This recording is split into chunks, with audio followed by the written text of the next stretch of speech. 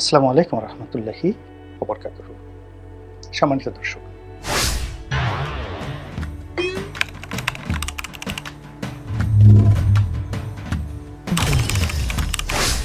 Doctor Mohammad Yunus এখন কেমন আছেন?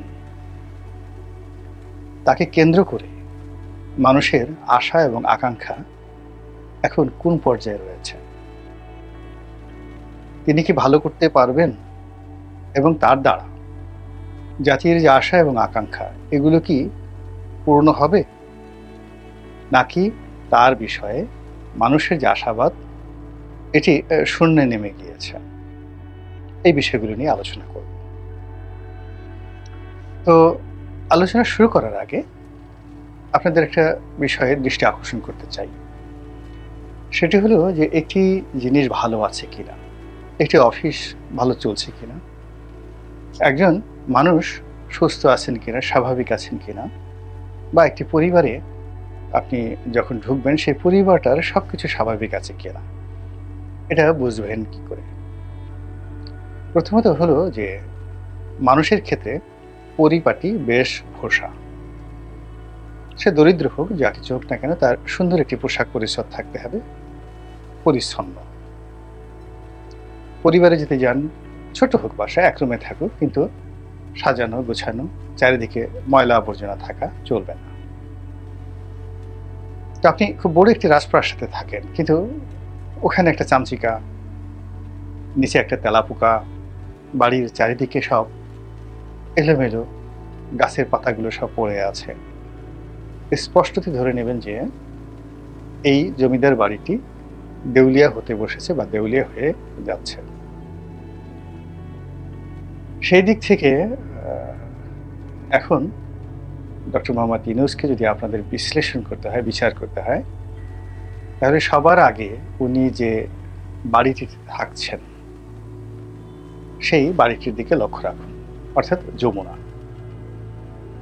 এবং ওনার চারিদিকে যে সকল সরকারি বাসভবন, যেমন আইজি সাহেবের বাসভবন আছে, ওনার বাসভবনের পেছনে গিয়ে দেখবেন যে ওটি কত সুন্দরভাবে পরিপাটি করে সাজানো। কিন্তু তার বাড়িটির দিকে যদি আপনি লক্ষ্য করেন, মনে হবে জীর্ণ শীর্ণ, ময়লা এবং আবর্জনায় পরিপূর্ণ একটি বাসভবন। এর যে দেয়াল রয়েছে, দেয়ালের পরতে পরতে রয়েছে সেখানে ময়লা এবং আবর্জনা। তার বাড়ির সিকিউরিটির জন্য যারা নিয়োজিত রয়েছেন, ঢিলে ঢালা অস্ত্র হাতে দাঁড়িয়ে আছেন, কেউ আকাশের দিকে তাকিয়ে আছেন। তারা যে ওই বাড়ির নিরাপত্তার কাজে নিয়োজিত, ওটি দেখে আপনার মনে হবে না। বাড়ির পেছনে আপনি একটি ট্যাঙ্ক দেখতে পাবেন, যেটি কোনো প্রয়োজন নেই, কোনো দরকার নেই, এবং ওটা ওই বাড়ির সৌন্দর্যটিকে নষ্ট করে ফেলেছে। ব্যাক সাইড, বাড়ির সম্মুখ সাইডে আরেকটি ট্যাঙ্ক দেখতে পাবেন, আবার একটু দূরে গিয়ে আরেকটি ট্যাঙ্ক দেখতে পাবেন। ইট মিনস ট্যাঙ্কের যে বহর, এটি ওই বাড়িটিকে টিকিয়ে রেখেছে। এরপর বাড়ির চারিদিকের যে রাস্তাঘাট রয়েছে সেখানে অসংখ্য গাছপালা আছে। প্রাকৃতিকভাবে শোভাবর্ধনকারী সেই সকল গাছপালার যে পাতা পল্লব সাধারণত ঝরে পড়ে। আমি এই ঢাকা শহরে গত 40 বছর ধরে ওই এলাকা দেখে আসছি। রমনা পার্কে হাঁটাহাঁটি করি এবং ওই এলাকার রাস্তাঘাট কিভাবে মেনটেন হয়, আমার কাছে মনে হয়েছে টিল নাও, আজকের দিন পর্যন্ত, যদি আপনি মিন্টু রোড ধরেন, বেইলি রোড ধরেন, তারপর সার্কিট হাউস রোড ধরেন, এই সকল রাস্তাগুলোর মধ্যে এই মুহূর্তে সবচেয়ে নোংরা, আবর্জনাময় এবং পতিত পত্রপল্লব, গাছ থেকে ঝরে পড়া যে পাতা রয়েছে সেগুলোর সমাহার ডক্টর মোহাম্মদ ইউনূসের সরকারি বাসভবনের সামনে। অর্থাৎ ওটা পরিষ্কার করার মতো মন মানসিকতা, আগ্রহ, উদ্দীপনা কারোরই নেই। প্রয়োজনে কেউ মনে করছেন না। যিনি থাকছেন তিনি ওটাকে পরিচ্ছন্ন করার প্রয়োজন মনে করছেন না। আর যারা ওনার সঙ্গে আছেন তারা সব কিছুতে নজরদারি করছেন, কিন্তু ওই বাড়ির সৌন্দর্য বর্ধনের জন্য কেউ নজরদারি করছেন না। এটার অর্থ তিনি ভালো নেই, নিঃসঙ্গ, এবং তাকে নিয়ে কারোরই কোনো আশা নেই, ভরসা নেই। আশ্চর্যজনক ব্যাপার হলো ঠিক একই অবস্থা কিন্তু শেখ হাসিনার ক্ষেত্রে হয়েছিল শেষ বছর ২-৩ ধরে, ২ থেকে ৩ বছর ধরে। এভাবেই তার যে বাসভবন, সেটি তার স্বামীর বাসভবন সুধার সদন, সেখানে সেনাবাহিনীর দায়িত্বরত ছিল। একেবারে সেই বিশাল পুলিশের একটা তাঁবু ছিল। সেখানে ইচ্ছে মতো পুকুরে পায়খানা করত, কাকেরা পায়খানা করে যেত, এবং বাড়ির চারিদিক থেকে দেখলে মনে হতো যে ওটা একটা ভাগাড়। এটি ওনার ক্ষমতা হারানোর বছর ৩ আগের থেকে কিন্তু ওইরকম ছিল। অথচ সেই বাড়িটি যদি ফুলে ফলে শোভিত থাকতো এবং ডেইলি, প্রতিদিন যদি ওটিকে ৫ বার করে ঝাড়ু দেওয়া হতো, সামনের পিছের রাস্তা, ধরে নেওয়া হতো যে শেখ হাসিনার সম্পর্কে মানুষের অ্যাটেনশন আছে। এবং আমি বলেছিলাম, আজকে যেমন ডক্টর মোহাম্মদ ইউনূসকে নিয়ে বলছি, ওই শেখ হাসিনার বাড়ির সম্পর্কেও আমি বলেছিলাম। কিন্তু কেউ এই বিষয়ে মনোযোগী হননি।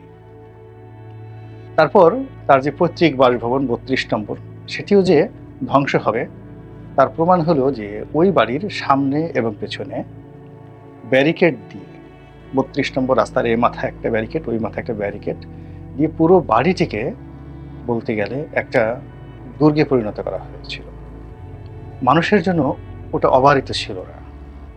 ফলে দেখুন ৩২ নম্বরের এখন কি অবস্থা হয়েছে। এরপর আপনি যদি গণভবনের কথা চিন্তা করেন, গণভবনের সামনের যে অংশটি, ও অংশটি ছিল ঢাকা শহরের মধ্যে সবচেয়ে দৃষ্টিকটু একটি অঞ্চল, একটি এলাকা। পুলিশের বেশ কয়েকটি কাঁটাতারের বেড়া, ব্যারিকেড, ভিতরে যারা দাঁড়িয়ে থাকেন, বাইরে যারা দাঁড়িয়ে থাকেন, তারপর ওই ভবনের চারিদিকে যে সকল ময়লা আবর্জনা ইত্যাদি, এবং ওই ভবনের ভেতরে যে গাছপালাগুলো ছিল, বিশেষ করে যেগুলো রাস্তার একদম কাছাকাছি, সেখানে প্রতিটি গাছপালা ধুলা বালিতে পরিপূর্ণ।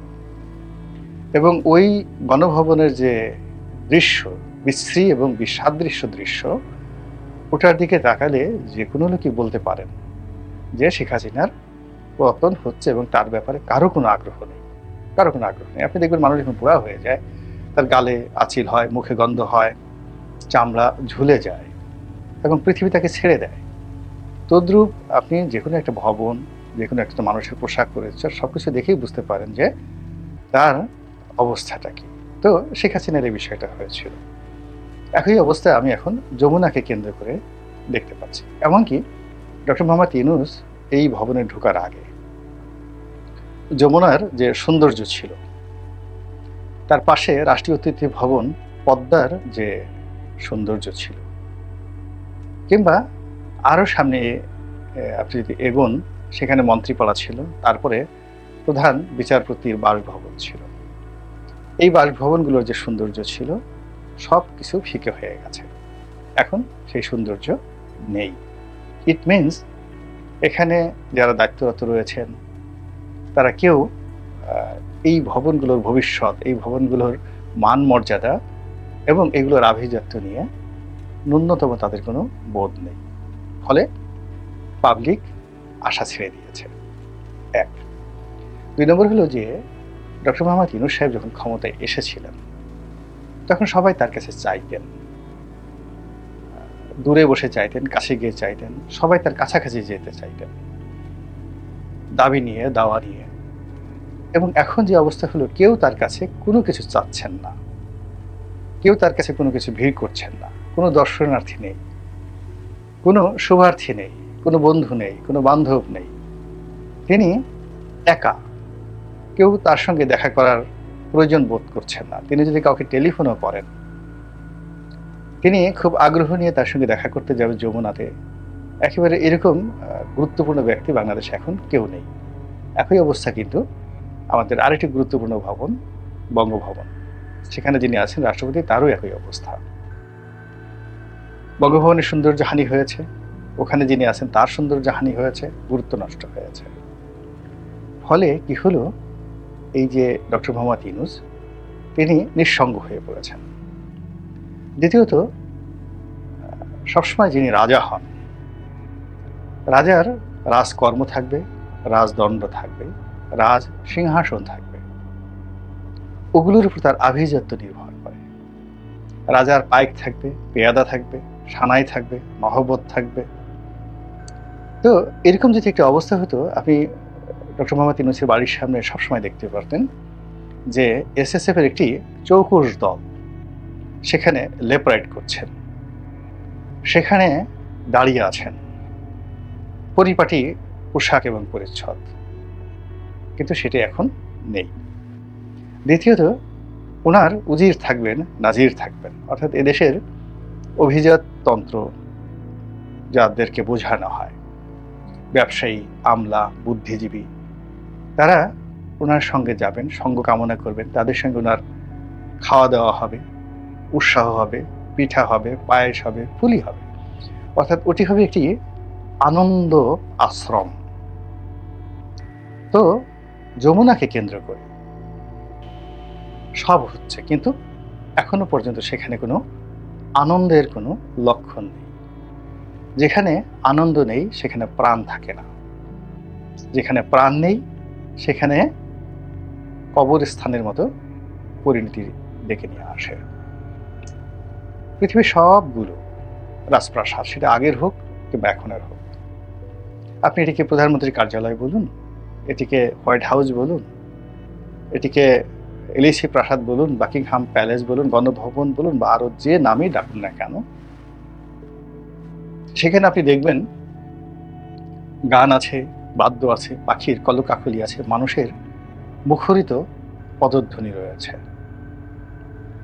এমনকি যারা কলম্বোয় থাকেন, আমাদের চেয়ে এখন অনেক দরিদ্র দেশ, সেখানে গিয়ে দেখুন যে সেখানকার প্রেসিডেন্টের যে বাসভবন এবং বাসভবনের যে সিংহ দরজা দেখলে আপনার হৃদয় ভরে যাবে। আপনি পাকিস্তানকে যতই বলেন না কেন, পাকিস্তান সুপ্রিম কোর্টের দিকে একটু তাকান, পাকিস্তানের প্রধানমন্ত্রীর বাসভবন, তার অফিসটি এবং তার ড্রয়িং রুমটি, তার অফিসের ফার্নিচারগুলোর দিকে তাকান, মনেই হবে যে এটা একটা রাজপ্রাসাদ। ভারতের দিকে তাকান, ওটা আরো আভিজাত্যপূর্ণ, আরো আভিজাত্যপূর্ণ, এবং ওখানে নরেন্দ্র মোদী মানে এমন একটা পরিবেশ তৈরি করে রেখেছে, সেখানে আপনি একেবারে প্রান্তিক লেভেল থেকে এখন যিনি রয়েছেন রাষ্ট্রপতি, যাকে বলা হয় অবহেলিত শ্রেণী থেকে আনা, তো তাকেও সেখানে বসার পরে মনে হয় যে তিনি রাষ্ট্রপতি। আর একটা মন্দ পরিবেশে যদি আপনি পৃথিবীর সবচেয়ে শক্তিশালী একজন রাষ্ট্রপতিকে, আব্রাহাম লিঙ্কনকেও বসান, মনে হবে তিনি একজন ফকির বসে আছেন। এই জন্য রাজদরবারের পরিবেশটা একটা বিশাল বিষয়। এখন প্রধানমন্ত্রীর কার্যালয়, প্রধান উপদেষ্টার কার্যালয়, যেটি একসময় এরশাদের কার্যালয় ছিল, সেটির কথা চিন্তা করুন। তিনি এখন যে বাড়িতে বসবাস করছেন সেটির কথা চিন্তা করুন। আমাদের অন্যান্য সরকারি বাসভবনের কথা চিন্তা করুন, আমাদের সচিবালয়ের কথা চিন্তা করুন। সব জায়গাতেই শুধু হাহাকার, কেবলই হাহাকার। আর সেই হাহাকারের অর্থই হলো ডক্টর মোহাম্মদ ইউনূস একা হয়ে গেছেন। কোনো মানুষ তার সঙ্গ পছন্দ করছেন না, কেউ তার সঙ্গ কামনা করছেন না, কেউ তার কাছাকাছি যেতে চাচ্ছেন না। তিনি নীরব নিভৃতে থাকেন। তার কথার যে আকর্ষণীয়তা, তার কথার যে গুরু গাম্ভীর্যতা, তার যে কমান্ডিং ভয়েস, তার হুকুমে বাংলাদেশ পরিবর্তন হয়ে যাবে, হয় ভালো নয় মন্দ। তিনি হুকুমদাতা, তিনি হাকিম, তার সিদ্ধান্তে সবকিছু ওলট পালট হয়ে যাবে। এই জিনিসগুলো তাকে দেখে, তার আশেপাশের লোককে দেখে মনে হচ্ছে না। তার পক্ষে তার প্রেস সচিব বক্তব্য দেন, প্রেস সচিবের পাশে বেশ কয়েকজন লোক থাকেন। এদেরকে দেখলে মনে হবে যেন বহুদিন তারা অনাহারে আছেন, অনেক দিন তারা অভুক্ত অবস্থায় আছেন, এবং তাদেরকে এই সংবাদ সম্মেলনে আনার আগে পাটা দিয়ে, পুতো দিয়ে তাদেরকে একটু, যাকে বলা হয়, বাটা হয়েছে। ফলে পাটা এবং পুতার চাপের মধ্যে থেকে বের হলে একটা মানুষের মধ্যে যেরকম অবস্থা থাকে, ডক্টর মোহাম্মদ ইউনূসের যারা মুখপাত্র তারা যখন জাতির সামনে কথা বলতে আসেন, তাদের মধ্যে ঠিক ওইরকম একটা হতাশা, গ্লানি, ভয়, আতঙ্ক, ক্রোধ এই জিনিসগুলো থাকে। জাতিকে দিক নির্দেশনা দেওয়ার জন্য, আশা দেওয়ার জন্য এরকম কোনো অবস্থা ওনার যারা মুখপাত্র তাদের মধ্যে দেখা যাচ্ছে না। ওনার সঙ্গে যারা ওনার উপদেষ্টা রয়েছেন, সেই উপদেষ্টাদের মধ্যে যে ধরনের একটা বন্ধুত্ব থাকবে, অ্যাডাপশন থাকবে, সেটি একেবারে অনুপস্থিত। এবং এখানে কিছু কিছু উপদেষ্টা ভীষণ রকম মোটা হয়ে গেছেন, কিছু কিছু উপদেষ্টা ভীষণ রকম চিকন হয়ে গেছেন। কিছু কিছু উপদেষ্টার চোখের দিকে তাকালে মনে হয় একেবারে চোখ ছলছল করছে কান্নায়। কিছু কিছু উপদেষ্টা চোখ দেখলে মনে হয় যে সেখানে একরাশ হতাশা, মনে হয় যেন পূর্ণিমার চাঁদ যেন ঝলসানো রুটি, এরকম একটি অবস্থা। এই অবস্থা দিয়ে সংস্কার হয় না, এই অবস্থা দিয়ে রাজ্য পরিচালনা হয় না, এই অবস্থা দিয়ে দেশকে একটি নতুন স্বাধীনতার স্বাদ আস্বাদন করানো যায় না। যারা আছেন তারা যদি দেখেন এবং একটু পরিষ্কার পরিচ্ছন্ন থাকেন এবং জাতিকে আশ্বস্ত করা যায় এমন কিছু অঙ্গভঙ্গি করেন, তাহলে কিছুটা হলে আমরা স্বস্তিতে থাকি। আল্লাহ আমাদের সবাইকে হেদায়েত দান করুন এবং হেফাজত করুন। আসসালামু আলাইকুম ওয়া রাহমাতুল্লাহি ওয়া বারাকাতুহু।